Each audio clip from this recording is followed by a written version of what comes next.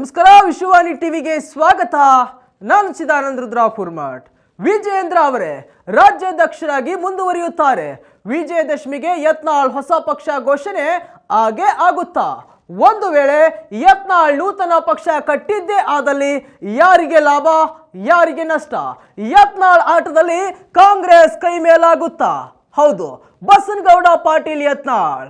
ಇದೇ ಉತ್ತರ ಕರ್ನಾಟಕದ ಜವಾರಿ ಭಾಷೆಯ ನೇರ ನಿಷ್ಠುರ ಮಾತಿನ ಹಿಂದೂವಾದಿ ಬಸನಗೌಡ ಪಾಟೀಲ್ ಯತ್ನಾಳ್ ಸದ್ಯ ಬಿಜೆಪಿಯ ಉಚ್ಚಾಟಿತ ಶಾಸಕ.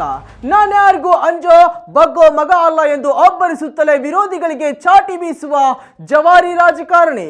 ಇಂತಹ ಯತ್ನಾಳ್ ಇದೀಗ ರಾಜ್ಯ ಬಿಜೆಪಿಗೆ ಬಹಳ ಟೆನ್ಷನ್ ತರುವಂತಹ ಹೇಳಿಕೆಗಳನ್ನ ಪದೇ ಪದೇ ಕೊಡುತ್ತಿದ್ದಾರೆ. ಯಡಿಯೂರಪ್ಪ ವಿಜಯೇಂದ್ರ ವಿರುದ್ಧ ಗುಡುಗುತ್ತಲೇ ತಮ್ಮ ರಾಜಕೀಯ ಆಟವನ್ನ ಬಹಳ ಚೆನ್ನಾಗಿ ಆಡುತ್ತಿದ್ದಾರೆ. ಯಾವ ಹಕ್ಕಿಗೆ ಹೇಗೆ, ಯಾವಾಗ, ಎಲ್ಲಿ ಕಲ್ಲು ಹೊಡೆಯಬೇಕೋ ಅದನ್ನ ಚೆನ್ನಾಗಿ ನಿಭಾಯಿಸುತ್ತಿದ್ದಾರೆ ಯತ್ನಾಳ್.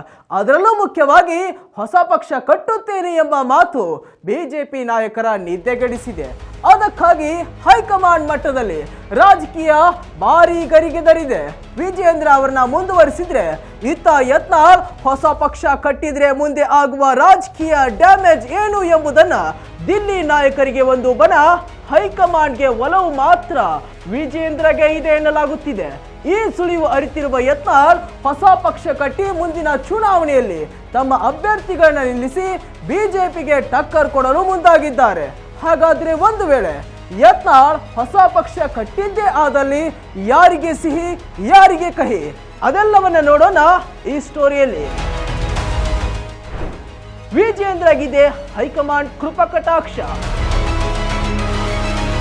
ಹೌದು, ವಿಜಯೇಂದ್ರ ರಾಜ್ಯ ಬಿಜೆಪಿ ಅಧ್ಯಕ್ಷ ಸ್ಥಾನದಲ್ಲಿ ಕೂತು 2 ವರ್ಷ ಕಳೆದಿದೆ. ಇವರದ್ದು ಇನ್ನೂ 1 ವರ್ಷ ಅವಧಿ ಇದೆ. ರಾಜ್ಯ ಸಾರ್ವತ್ರಿಕ ಚುನಾವಣೆ ಇನ್ನೂ 2.5 ವರ್ಷ ಮೇಲೆ ಇದೆ. ಹಾಗಾಗಿ ರಾಜ್ಯದಲ್ಲಿ ದೊಡ್ಡ ಮಟ್ಟದ ಚುನಾವಣೆ ಇಲ್ಲದ ಕಾರಣ ದಿಲ್ಲಿ ಬಿಜೆಪಿ ನಾಯಕರು ರಾಜ್ಯ ಬಿಜೆಪಿಗರ ಬಡಿದಾಟದ ಬಗ್ಗೆ ಗಮನ ಹರಿಸುತ್ತಿಲ್ಲ. ಆದರೆ ವಿಜಯೇಂದ್ರ ಬದಲಾವಣೆಗೆ ಒಂದು ತಂಡ ದೊಡ್ಡ ಬಿಗಿಪಟ್ಟನ್ನು ಹಿಡಿದಿದೆ. ಆದರೆ ವಿಜಯೇಂದ್ರ ಬದಲಾವಣೆ ಮಾಡಲು ಹೈಕಮಾಂಡ್ ನಾಯಕರಿಗೆ ಮನಸ್ಸಿಲ್ಲ. ಯಾಕಂದ್ರೆ ವಿಜಯೇಂದ್ರ ರಾಜ್ಯಾಧ್ಯಕ್ಷ ಅವಧಿ ಇನ್ನೂ ಮುಗಿದಿಲ್ಲ ಮತ್ತು ವಿರೋಧಿಗಳ ಮಾತು ಕೇಳಿ ವಿಜಯೇಂದ್ರನ್ನ ಇಳಿಸಿ ಯಡಿಯೂರಪ್ಪರವರನ್ನ ಎದುರು ಹಾಕಿಕೊಂಡು ಮುಂದಿನ ಚುನಾವಣೆ ಎದುರಿಸುವುದು ಕಷ್ಟ. ಯಾರೇನೇ ಹೇಳಿದ್ರು ಯಡಿಯೂರಪ್ಪ ಲಿಂಗಾಯತ ಸಮುದಾಯದ ಮತ್ತು ರಾಜ್ಯವ್ಯಾಪಿ ವರ್ಚಸ್ಸನ್ನ ಹೊಂದಿರುವ ನಾಯಕ ಮತ್ತು ಕಳೆದ ವಿಧಾನಸಭಾ ಚುನಾವಣೆ ಮುಂದೆ ಅವರನ್ನ ಮುಖ್ಯಮಂತ್ರಿ ಸ್ಥಾನದಿಂದ ಕೆಳಗಿಳಿಸಿ ನಂತರ ಚುನಾವಣೆಯಲ್ಲಿ ಪೆಟ್ಟು ತಿಂದದ್ದು ಮತ್ತು ಯುವಕ, ಹಣಬಲ, ಮಾತಿನ ಬಲ ಎಲ್ಲವೂ ಇರುವಂತದ್ದು ವಿಜಯೇಂದ್ರಗೆ. ಹಾಗಾಗಿ ವಿರೋಧಿಗಳ ಆರೋಪಕ್ಕೆ ಪರ್ಯಾಯ ಮಾರ್ಗವನ್ನ ಕಂಡು ಹಿಡಿದು ವಿಜಯೇಂದ್ರ ಅವರನ್ನ ರಾಜ್ಯಾಧ್ಯಕ್ಷರಾಗಿ ಮುಂದುವರಿಸಬೇಕು ಎಂಬ ನಿರ್ಣಯಕ್ಕೆ ಬಂದಂತಿದೆ ಹೈಕಮಾಂಡ್. ಒಂದು ವೇಳೆ ಬದಲು ಮಾಡುವ ಮನಸ್ಸಿದ್ರೆ ಯತ್ನಾಳ್ ಅವರನ್ನ ಏಕೆ ಪಕ್ಷದಿಂದ ಹೊರಗೆ ಕಳಿಸುತ್ತಿದ್ರು? ವಿಜಯೇಂದ್ರ ಅವರನ್ನ ಬದಲು ಮಾಡಿ ಯತ್ನಾಳ್ ಅವರನ್ನ ಪಕ್ಷದಲ್ಲಿ ಇಟ್ಟುಕೊಳ್ಳಬಹುದಿತ್ತಲ್ಲವೇ? ನೀವೇ ಹೇಳಿ. ವಿಜಯದಶಮಿಗೆ ಹೊಸ ಪಕ್ಷ. ಹೌದು, ಇನ್ನು ಯತ್ನಾಳ್ ಬರುವ ವಿಜಯದಶಮಿಗೆ ಹೊಸ ಪಕ್ಷ ಕಟ್ಟುವ ಮನಸ್ಸು ಮಾಡಿದ್ದಾರೆ. ಈ ಬಗ್ಗೆ ಅವರು ಅನೇಕ ಬಾರಿ ಹೇಳ್ತಾ ಬರ್ತಾ ಇದ್ದಾರೆ. ಅಂದ್ರೆ ವಿಜಯೇಂದ್ರ ಅವರೇ ರಾಜ್ಯಾಧ್ಯಕ್ಷರಾಗಿ ಮುಂದುವರೆದ್ರೆ ನಾನು ಬರುವ ದಿನಗಳಲ್ಲಿ ಹೊಸ ಪಕ್ಷವನ್ನ ಕಟ್ಟೋದು ನಿಶ್ಚಿತ ಎಂದು ಹೇಳಿದ್ದಾರೆ. ಅಂದ್ರೆ ಈ ಮೇಲೆ ಹೇಳಿದ ಹಾಗೆ ವಿಜಯೇಂದ್ರ ಅವರನ್ನ ಹೈಕಮಾಂಡ್ ನಾಯಕರು ಮುಂದುವರಿಸುತ್ತಾರೆ ಎಂಬ ಮಾಹಿತಿ ತಿಳಿದು ಬರ್ತಿದೆ. ಈ ಸುದ್ದಿಯನ್ನು ಅರಿತ ಯತ್ನಾಳ್ ತಮ್ಮ ಹೊಸ ಪಕ್ಷ ಕಟ್ಟುವ ಬಗ್ಗೆ ಸಿದ್ಧತೆಯನ್ನ ಆರಂಭಿಸಿದ್ದಾರೆ. ಅದಕ್ಕಾಗಿ ಎಲ್ಲ ಕೆಲಸ ಕಾರ್ಯಗಳನ್ನ ಶುರು ಹಚ್ಚಿಕೊಂಡಿದ್ದಾರೆ. ಒಳಗೆ ಕ್ಲೋಸ್ ಡೋರ್ ಮೀಟಿಂಗ್ ನಡೆಸುತ್ತಿದ್ದಾರೆ. ಈತ ಬಿಜೆಪಿ ರಾಜ್ಯಾಧ್ಯಕ್ಷ ವಿಜಯೇಂದ್ರ ಅವರೇ ಮುಂದುವರಿಸುತ್ತಾರೆ ಎಂಬ ಸುದ್ದಿ ಹೊರಬೀಳುತ್ತಲೇ ಅತ್ತ ಯತ್ನಾಳ್ ಹೊಸ ಪಕ್ಷ ಮತ್ತು ಪಕ್ಷದ ಹೆಸರನ್ನ ಘೋಷಣೆ ಮಾಡಿಯೇ ಮಾಡುತ್ತಾರೆ. ಯಾರಿಗೆ ಸಿಹಿ, ಯಾರಿಗೆ ಕಹಿ? ಹೌದು, ಯತ್ನಾಳ್ ಹೊಸ ಪಕ್ಷ ಕಟ್ಟಿದ್ದೇ ಆದಲ್ಲಿ ಅದರಿಂದ ಬಿಜೆಪಿಗೆ ದೊಡ್ಡ ಪೆಟ್ಟು ಎನ್ನಬಹುದು.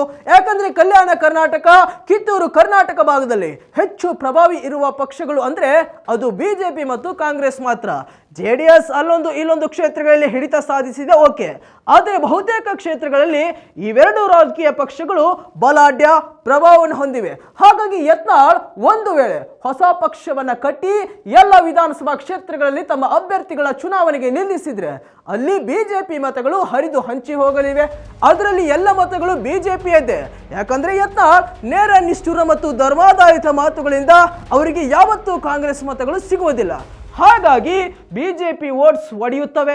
ಇದು 5ರಿಂದ 10,000 ಅಂತರದಲ್ಲಿ ಗೆಲ್ಲಬಹುದಾದ ಕ್ಷೇತ್ರಗಳ ಮೇಲೆ ದೊಡ್ಡ ಹೊಡೆತ ಬೀಳಲಿದೆ. ಯಾಕಂದ್ರೆ ಉತ್ತರ ಕರ್ನಾಟಕದ ಅನೇಕ ಭಾಗಗಳಲ್ಲಿ ಬಿಜೆಪಿ ಕಡಿಮೆ ಅಂತರದಿಂದ ಗೆಲ್ಲುವ ಕ್ಷೇತ್ರಗಳನ್ನ ಹೊಂದಿದೆ. ಇಲ್ಲಿ ಯತ್ನಾಳ್ ತಮ್ಮ ಅಭ್ಯರ್ಥಿಯನ್ನು ಹಾಕಿ ಬಿಜೆಪಿ ಮತಗಳನ್ನ ಹೊಡೆದ್ರೆ ಅದು ನೇರವಾಗಿ ಕಾಂಗ್ರೆಸ್ಗೆ ಲಾಭವಾಗಲಿದೆ. ಈಗಾಗಲೇ ಕಾಂಗ್ರೆಸ್ ಕಳೆದ ವಿಧಾನಸಭಾ ಚುನಾವಣೆಯಲ್ಲಿ ತಮ್ಮ ಸಂಖ್ಯೆಯನ್ನ ಹೆಚ್ಚಿಸಿಕೊಂಡಿದೆ. ಇನ್ನು ಯತ್ನಾಳ್ ಅವರ ಅಭ್ಯರ್ಥಿಯು ನಿಂತರೆ ಅದು ಮತ್ತಷ್ಟು ಲಾಭ ಕೈ ಪಕ್ಷಕ್ಕೆ ಆಗಲಿದೆ. ಬಂಡಾಯದ ಪೆಟ್ಟು ತಿಂದಿದೆ ಬಿಜೆಪಿ. ಈ ಹಿಂದೆ ಅನೇಕ ಬಾರಿ ಬಿಜೆಪಿ ನಾಯಕರು ಈ ತಪ್ಪು ಮಾಡಿದ್ದಾರೆ. ಬಂಡಾಯ ಎದ್ದವರನ್ನ, ಅಸಮಾಧಾನಿತರನ್ನ ಹಗುರವಾಗಿ ಪರಿಗಣಿಸಿ ಅವರು ಚುನಾವಣೆಗೆ ಧುಮುಕಿದಾಗ ಅದರ ಎಫೆಕ್ಟ್ ಚುನಾವಣೆ ಮೇಲೆ ಆಗಿ ಸೋಲನ್ನ ಕಂಡಿದೆ ಬಿಜೆಪಿ. ಹಿಂದೆ ಜನಾರ್ದನ್ ರೆಡ್ಡಿ ಕಲ್ಯಾಣ ಪ್ರಗತಿ ಪಕ್ಷವನ್ನ ಕಟ್ಟಿ ಕೊಪ್ಪಳ, ಬಳ್ಳಾರಿ, ವಿಜಯನಗರ ಕ್ಷೇತ್ರಗಳ ಮೇಲೆ ಪ್ರಭಾವವನ್ನು ಬೀರುವಂತಾಯಿತು. ಅದು ಕಾಂಗ್ರೆಸ್ಗಿಂತ ಬಿಜೆಪಿಗೆ ಹೆಚ್ಚು ಲಾಭವಾಗಲಿಲ್ಲ. ಈಗ ಅವರು ಬಿಜೆಪಿಯಲ್ಲಿ ಇರಬಹುದು, ಆದರೆ ಆ ಸಮಯದಲ್ಲಿ ಅವರು ಒಟ್ಟಾಗಿ ಕೆಲಸ ಮಾಡಿದ್ರೆ ಕಡಿಮೆ ಅಂತರದಲ್ಲಿ ಸೋಲು ಕಂಡ ಕ್ಷೇತ್ರಗಳಲ್ಲಿ ಗೆಲ್ಲಬಹುದಿತ್ತು. ರೆಡ್ಡಿ ಅಭ್ಯರ್ಥಿ ಹಾಕಿದ ಮಾತ್ರಕ್ಕೆ ಗೆಲ್ಲಲಿಲ್ಲ ಎಂಬುದು ಸುಳ್ಳು. ಆದರೆ ಮತ ವಿಭಜನೆ ಆದರೆ ಕಷ್ಟ ಮತ್ತು ಇನ್ನೂ ಸುಲಭವಾಗಿ ಗೆಲ್ಲಬಹುದಾದ ಕ್ಷೇತ್ರ ಪುತ್ತೂರನ್ನ ಕೂಡ ಬಿಜೆಪಿ ಕಳೆದುಕೊಂಡಿತು. ಅರುಣ್ ಕುಮಾರ್ ಪುತ್ತಿಲ್ಗೆ ಟಿಕೆಟ್ ನೀಡದೆ ಆಶಾ ತಿಮ್ಮಪ್ಪಗೌಡ ಎಂಬ ಮಹಿಳಾ ಅಭ್ಯರ್ಥಿಗೆ ಟಿಕೆಟ್ ನೀಡಿ ಅಲ್ಲಿ ಬಿಜೆಪಿ ಅಭ್ಯರ್ಥಿ ಥರ್ಡ್ ಪಾರ್ಟಿ ಆಗುವಂತೆ ಆಯಿತು. ಬಂಡಾಯವಿದ್ದ ಅರುಣ್ ಕುಮಾರ್ ಪುತ್ತಿಲ್ ಸೆಕೆಂಡ್ ಪಾರ್ಟಿಯಾಗಿ ಕಡಿಮೆ ಅಂತರದಿಂದ ಸೋಲನ್ನ ಕಂಡ್ರು. ಅಥಣಿಯಲ್ಲಿ ಲಕ್ಷ್ಮಣ್ ಸವದಿ, ಹೀಗೆ ನಾನಾ ಕ್ಷೇತ್ರಗಳಲ್ಲಿ ಬಂಡಾಯವನ್ನ ಶಮನಗೊಳಿಸದೆ ಬಿಜೆಪಿ ಚುನಾವಣೆಗೆ ನುಗ್ಗೆದ್ದರಿಂದ ಅದರ ಲಾಭವನ್ನ ಕಾಂಗ್ರೆಸ್ ಎರಡೂ ಕೈಗಳಿಂದ ಬಾಚಿಕೊಂಡಿತು. ಕೈ ಸುಟ್ಟುಕೊಳ್ಳುವುದೇ ಬಿಜೆಪಿ.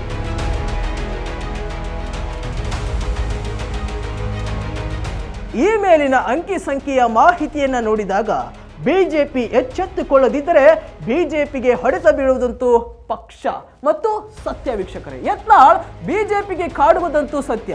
ಹೇಳಿ ಕೇಳಿ ಯತ್ನಾಳ್ ಉತ್ತರ ಕರ್ನಾಟಕದ ಅನೇಕ ಕ್ಷೇತ್ರಗಳಲ್ಲಿ ಪ್ರಭಾವವನ್ನು ಹೊಂದಿದ್ದಾರೆ. ಅವರ ಕಟುವಾದ, ನೇರವಾದ ಮಾತುಗಳಿಂದ, ಹಿಂದುತ್ವದ ಕಾರಣದಿಂದ ಅವರನ್ನ ಬೆಂಬಲಿಸಿ ಪ್ರೀತಿಸುವ ದೊಡ್ಡ ಪಡೆ ಆ ಭಾಗದಲ್ಲಿದೆ. ಹಾಗಾಗಿ ಇವೆಲ್ಲವನ್ನ ಗಮನಿಸಿ ದಿಲ್ಲಿ ನಾಯಕರು ಎಚ್ಚರಗೊಳ್ಳದಿದ್ರೆ, ಯತ್ನಾಳ್ ಅವರನ್ನ ಹಗುರವಾಗಿ ಪರಿಗಣಿಸಿದ್ರೆ ಏಟು ತಿನ್ನೋದು ಪಕ್ಕ ಎಂದು ಬಿಜೆಪಿ ಕಾರ್ಯಕರ್ತರ ವಲಯದಲ್ಲಿ ಕೇಳಿ ಬರುತ್ತಿದೆ. ವಿಜೇಂದ್ರ ಮುಂದುವರಿಯಬೇಕೋ ಬೇಡವೋ ಎಲ್ಲವೂ ಹೈಕಮಾಂಡ್ ನಿರ್ಧಾರದ ಮೇಲೆ ನಿಂತಿದೆ. ಯತ್ನಾಳ್ ಹೊಸ ಪಕ್ಷ ಕಟ್ಟುವ ಬಗ್ಗೆ, ಅದರ ಲಾಭ ನಷ್ಟದ ಬಗ್ಗೆ ನಿಮಗೇನನಿಸುತ್ತೆ? ಕಾಮೆಂಟ್ ಮೂಲಕ ತಿಳಿಸಿ ವೀಕ್ಷಕರೇ. ಇದಾಗಿತ್ತು ಇವತ್ತಿನ ಸ್ಪೆಷಲ್ ಸ್ಟೋರಿ. ಮತ್ತಷ್ಟು ವೈವಿಧ್ಯಮಯ ಸುದ್ದಿಗಳಿಗಾಗಿ ನೋಡ್ತಾ ಇರಿ ವಿಶ್ವವಾಣಿ ಟಿವಿ. ನಮಸ್ಕಾರ.